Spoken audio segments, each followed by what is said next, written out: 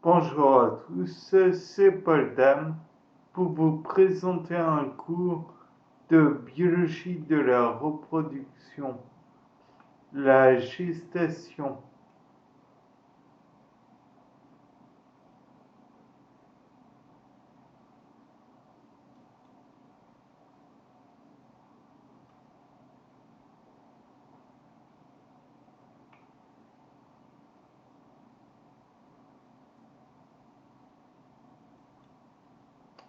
Donc, petit 1, grand 1, le placenta, suite, petit a, la fonction endocrine du placenta. Il y a 3 types d'hormones. L'activité gonadotrope HCG, chorionique gonadotropine, activité type de la LH et l'ECG. Activité métabolique, hormone lactogène placentaire. Son activité est doublée à un follicule, un FC. Relaxine cible les ligaments pour les rendre plus lâches pour que les os du bassin s'écartent. Hormones stéroïdes, progestérone, bien connu, et œstrogène. Second point, origine de ces hormones. Elles peuvent être sécrétées par la mère ou par le placenta. Maternelle, au niveau maternel. Donc, la progestérone, l'œstrogène, la prolactine, la relaxine. Quant au niveau placentaire, on a la progestérone, les œstrogènes, hormones lactogènes placentaires, la relaxine, gonadotropine chorionique.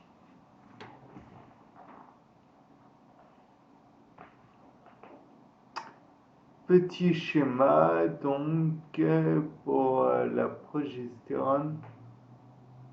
On voit globalement que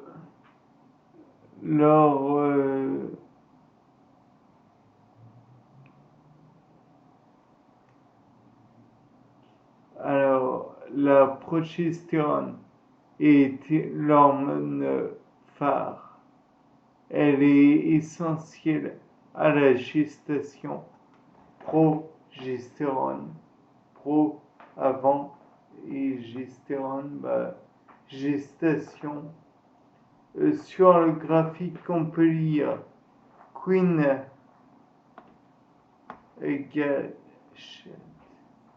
chat, so la truie, bitch la chienne, progestérone plus importante au début de gestation ainsi que pour la vache.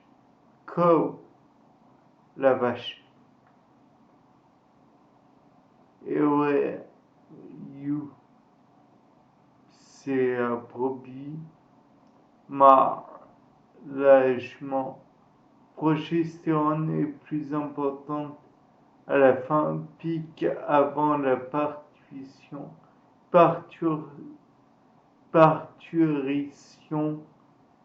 dans les premiers stades de gestation. On peut encore avoir des cycles et des ovulations. Cette hormone essentielle à la gestation diminue la contractilité du myomètre, stimule les glandes endométriales, favorise aussi le développement de la glande mammaire. C'est un immunodépresseur. Donc, pour ceux qui se demandent, immunodépresseur, ça veut dire juste que cela fait baisser le niveau de globules blancs dans le sang, entre autres. Son taux chute au moment de la parturition, inhibe la croissance folliculaire et l'ovulation. On l'appelle souvent P4. Œstrogène. On appelle aussi 17 bêta œstradiol, donc E2. Œstradiol, c'est le E. Œstrone, c'est le E3. Dans les graphiques suivants, donc des graphiques qu'on nous donne normalement, on observe le taux d'œstrogène et de progestérone en fonction des semaines de gestation. Le début du graphique correspond à l'ovulation. Il n'y a que chez la femme que le profil œstrogène-progestérone est parallèle. Cette hormone favorise la croissance du myomètre, qui est, je vous le rappelle, un muscle utérin, et croissance de sa contractilité, d'où le fait naturellement qu'il soit contractile, et donc les contractions ainsi que sa prolifération stimulent l'irrigation sanguine de l'utérus, ce qui est bien pour la fin de gestation. C'est progestérone. Donc, on prépare à la gestation et donc à irriguer le placenta en sang et apporter les nutriments nécessaires au fœtus.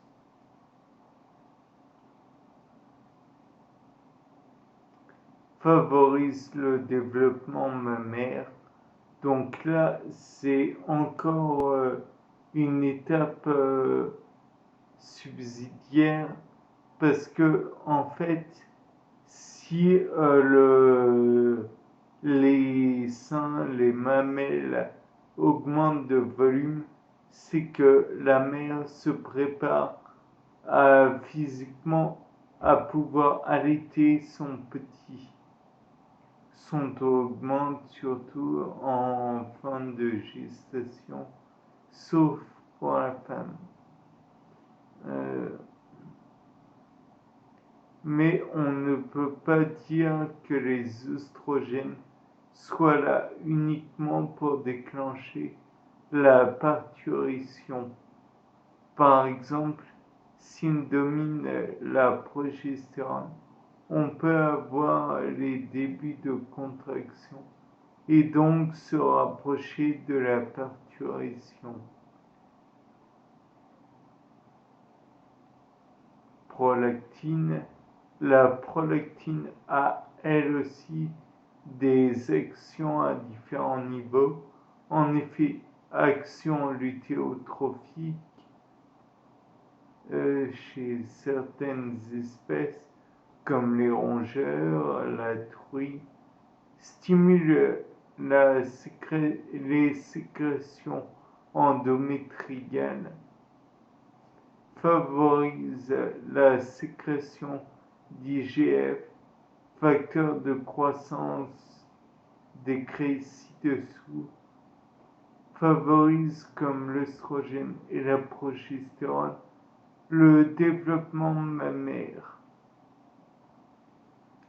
Cependant, il est à noter qu'on le retrouve pas chez toutes les espèces. De plus, les rôles ne sont pas exactement les mêmes chez les espèces où elle est présente, telle que chez la brebis, on a une activité lactogène importante. Peut-être que c'est parce que le petit de la brebis a été entre guillemets délaissé, que la brebis ne peut pas subvenir à beaucoup de, de besoins du petit lors de ses croissances, et donc après coup il prend beaucoup plus de lait pour compenser les carences qu'il a eues. Enfin bref, ce n'est qu'une hypothèse de ma part. Hormone de croissance IGF-1, insuline-like growth factor, peuvent se fixer à l'insuline et provoquer l'hypoglycémie. On ne la considère pas vraiment comme une hormone, mais plus comme un facteur de croissance, car elle est sécrétée de façon assez locale. L'HGH, la plupart du temps, cette hormone de croissance est induite par l'IGF. Chez l'adulte, elle permet au maintien du squelette à croissance et permet la croissance de la masse musculaire. On peut aussi les utiliser chez les bovins pour augmenter leur masse musculaire, ce qui veut dire aussi plus de viande, donc moins de graisse résiduelle, enfin voilà. Par injection, ne fonctionne pas par voie orale. On peut encore augmenter la production de lait des vaches laitières, mais pas en France car cela est interdit.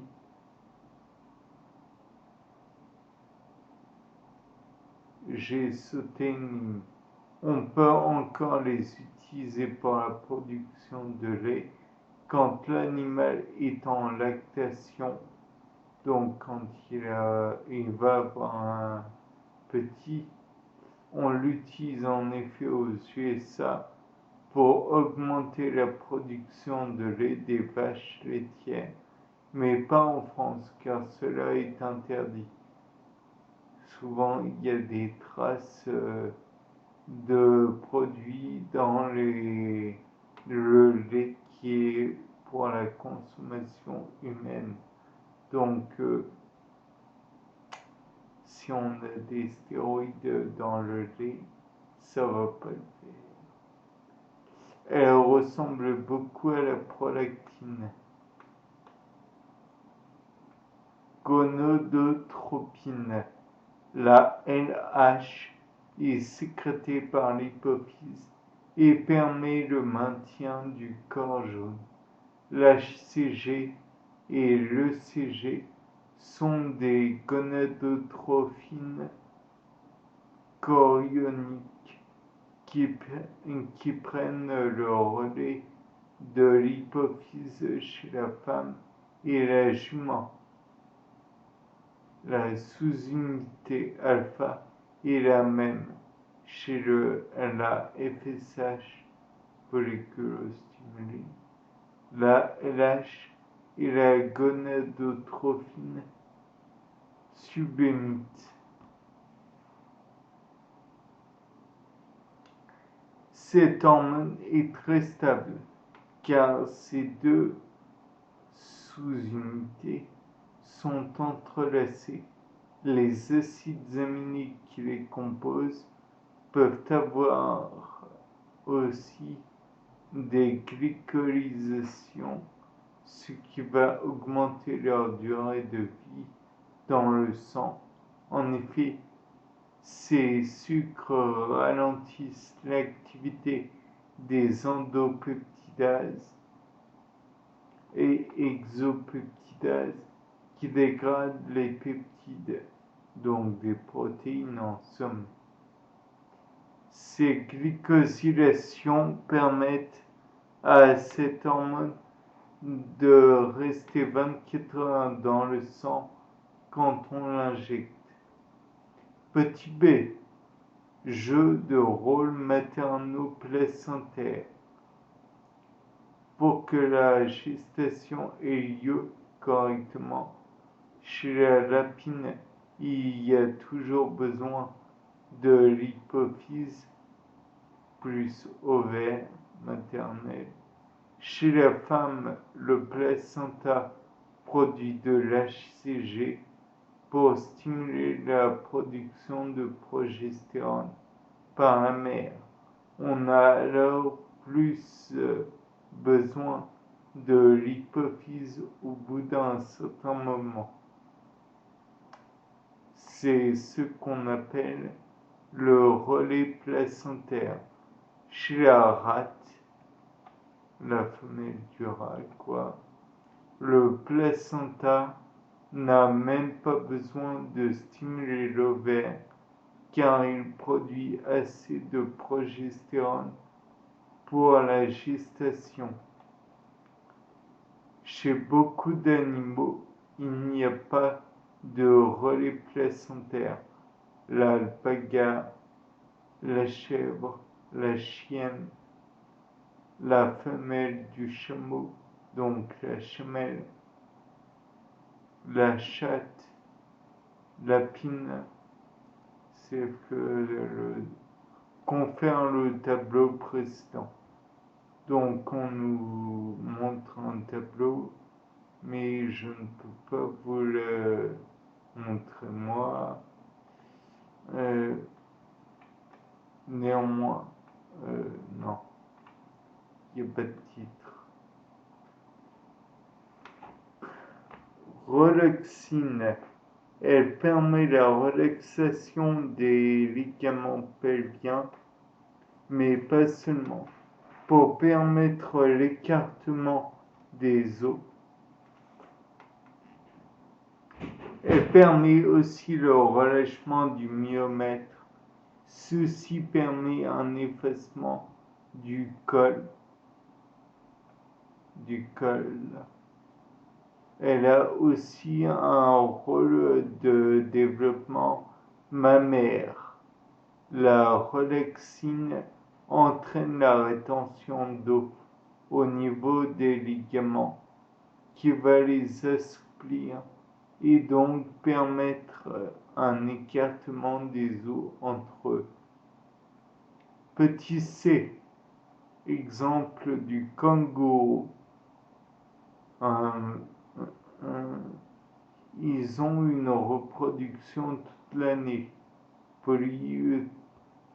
Polyœstrus. La femelle a 2 utérus et 2 ovaires avec 2 vagins latéraux et un médian. Le fœtus a un développement important de la vésicule vitelline. On parle donc de placenta vitellin. Et le développement de l'embryon se fait par absorption de vitellus.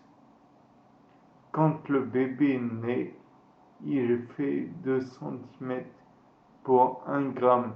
Il remonte les poils de la mère en sortant du vagin pour aller dans la poche où se trouvent des tétons. Il finit alors son développement dans la poche.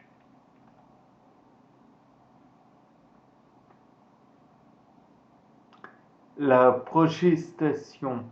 La progestation équivaut à la vie libre de l'embryon. Le blastocyte reste pendant un temps libre dans la cavité utérine jusqu'à casser la cavité utérine et à sortir pour aller se fixer sur les cellules de l'endomètre utérin. Ces cellules sont très agressives, ce qui va permettre la destruction des cellules de l'endomètre pour l'implantation puis la formation du placenta, la nidification en gros, la nidation.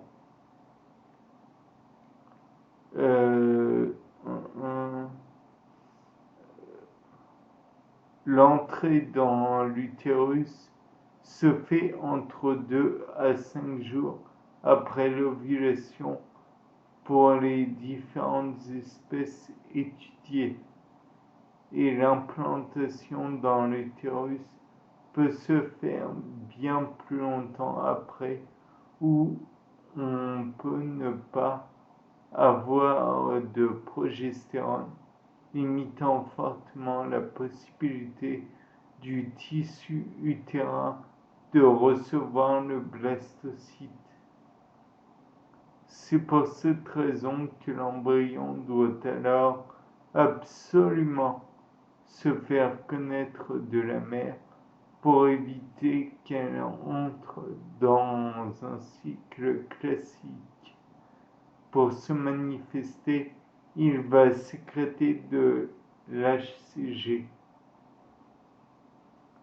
La durée du cycle pour la lapine et pour la chatte dépend de si elle trouve un mâle ou pas.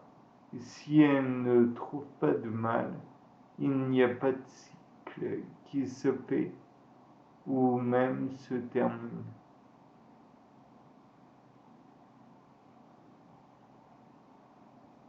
S'il y a mort de l'embryon, il n'y a aucun signe de gestation, sauf un allongement de cycle.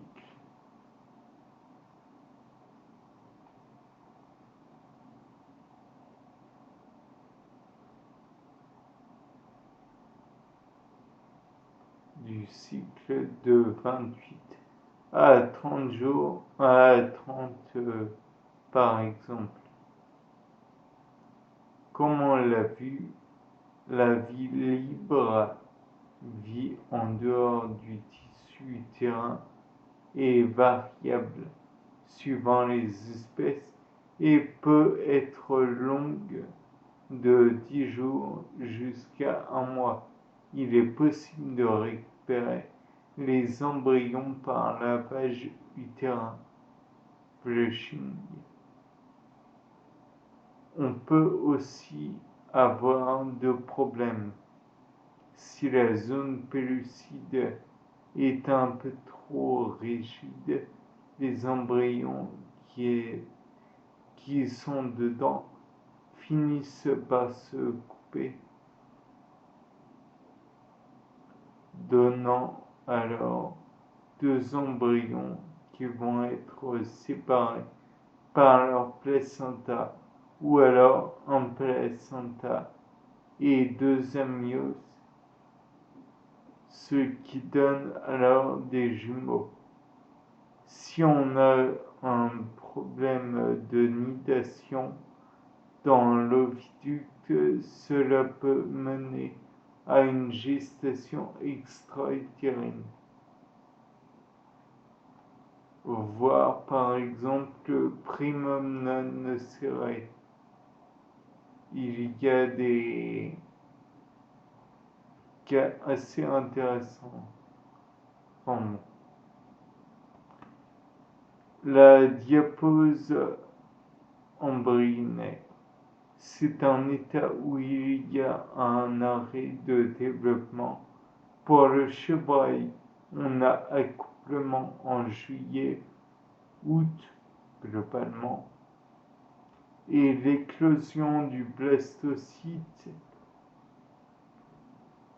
se fait entre septembre et fin décembre, puis se met en arrêt de développement. Il va reprendre en son développement, arriver au solstice d'hiver et va naître fin mai, début juin. Il n'y a donc pas vraiment 9 mois de gestation, car il y a quand même 5 mois de diapause. On sait que c'est la photopériode qui est importante. Dès que la longueur du jour augmente, on a reprise du développement par le blastocyte, mais on ne connaît pas du tout les mécanismes. Globalement, la diapause, c'est la gestation, c'est une période qui vient au milieu de la gestation et où la gestation est interrompue.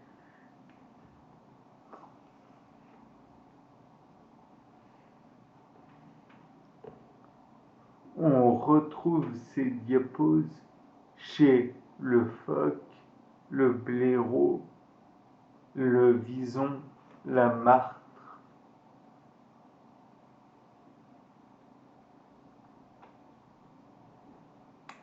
Les mécanismes de nidation. Dans la nidation, il y a plusieurs types de nidation.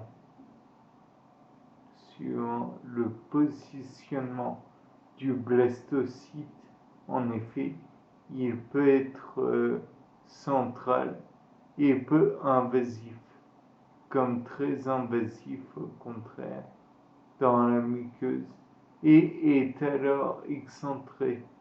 C'est un stade que l'on va retrouver chez la femme, implantation puis recouvrement. Ce qui fait qu'au moment de la mise bas, il y a beaucoup de sang qui part.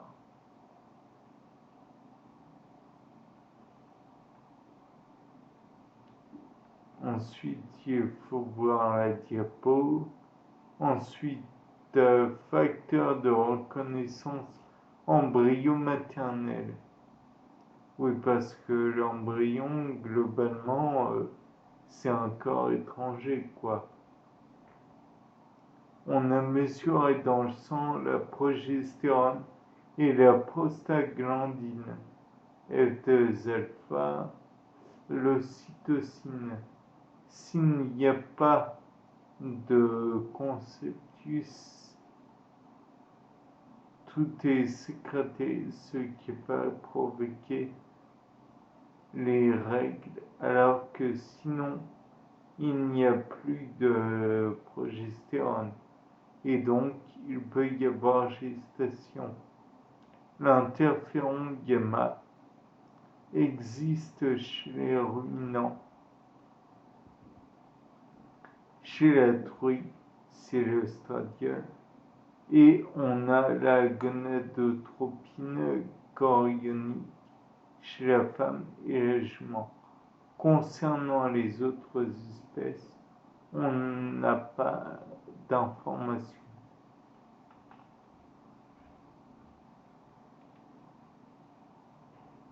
La parturition. Déroulement de la parturition. On considère qu'il y a 3 stades. Stade 1, préparation à l'accouchement, contraction utérine régulière, expulsion du bouchon muqueux et dilatation du col utérin. Rupture, stade 2, rupture des membranes, perte des os, en somme, donc le liquide amniotique et tout. Souvent, on a alors renforcement des contractions utérines en intensité et en fréquence, contractions abdominales qui vont finir finir par aboutir à la sortie du fœtus, car les contractions abdominales sont dues au muscle abdominal profond que l'on appelle le transverse, l'abdomen transverse.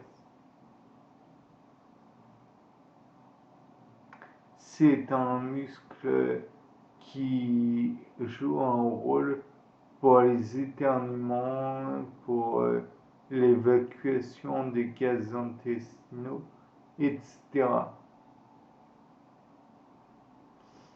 Stade 3, expulsion du placenta. Si le lendemain de l'accouchement, le placenta n'est pas parti, seul c'est le médecin qui ira le décrocher, ce qui peut faire très mal. Chez la femme, le stade 1 dure 8 heures, voire 48 heures. Alors là, le fœtus n'a pas trop de souffrance. Le stade 2 peut durer 2 heures, environ 120 minutes. Quoique pas environ 120 minutes court. Et chez la chienne, cette phase peut durer 6 heures. Les bébés sortent alors avec leur placenta. Chez la jument, ce stade ne doit pas durer plus de 30 minutes. Et le numéro 1, le stade numéro 1, pas plus de 4 heures. Si l'accouchement prend 120 minutes, le médecin ne fera rien, sauf s'il y a vraiment un problème de passage. Il n'agira autrement que si cela dure longtemps. Le stade 3 se fait très rapidement si la plupart des espèces et si chez la femme il ne sort pas, eh bien on va le chercher. Pour ce stade, ce qui coince le plus souvent, ce sont les épaules.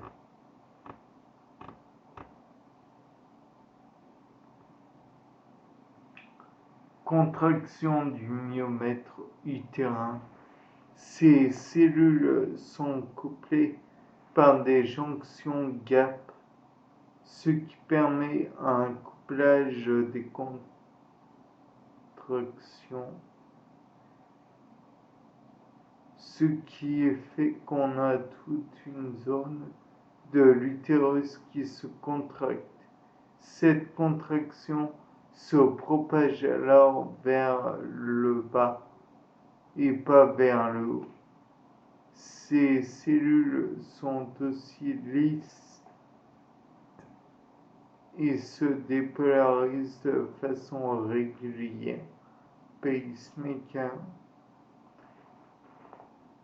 Au-delà d'un certain seuil, à savoir moins 50 millivolts, ces dépolarisations génèrent des bursts, des explosions de perte de potentiel d'action. Burst. Donc ce sont les bouffées, les paquets. Chaque potentiel d'action entraîne l'augmentation du taux de calcium intracellulaire, de la concentration du calcium intracellulaire.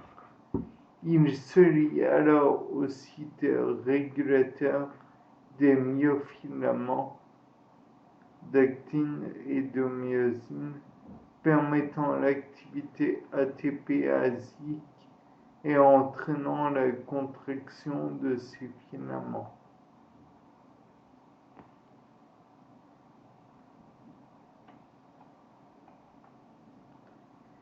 stimulation de la sécrétion d'ocytocine. En fin de gestation, le myomètre exprime pas mal de récepteurs à l'ocytocine qui va permettre d'entraîner l'activité électrique du muscle utérin.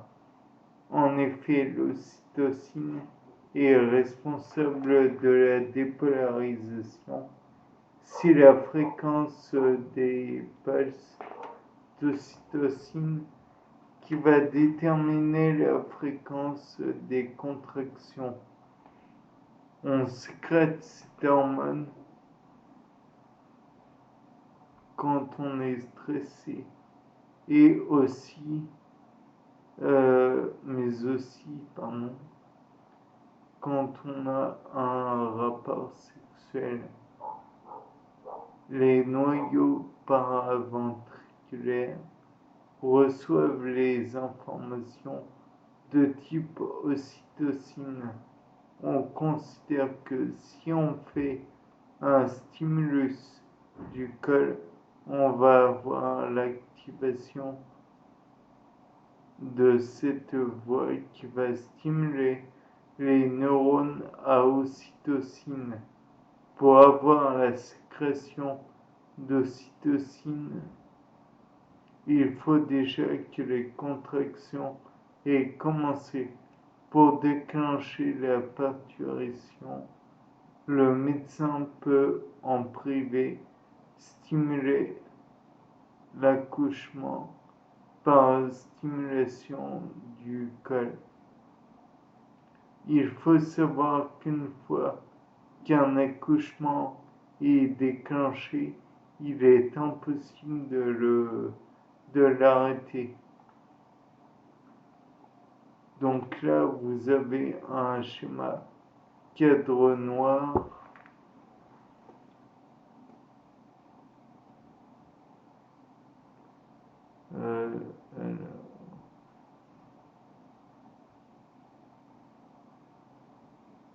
Pacemaker qui entraîne des bursts de potentiel d'action via l'action de l'ocytocine, puis ensuite cela entraîne via la prostaglandine une augmentation du CA2+, de la concentration en CA2+, impossible à lire par la suite. Puis cela entraîne une activité de ATP-asique et donc des contractions. Rappelons-le encore une fois, l'utérus contient des muscles.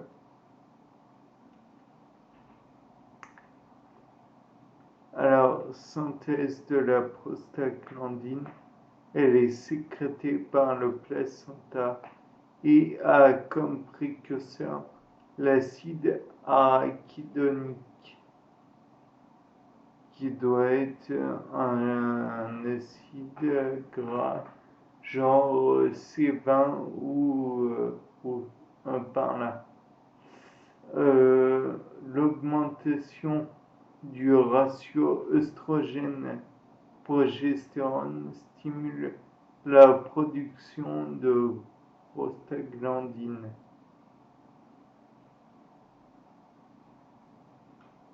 Voilà.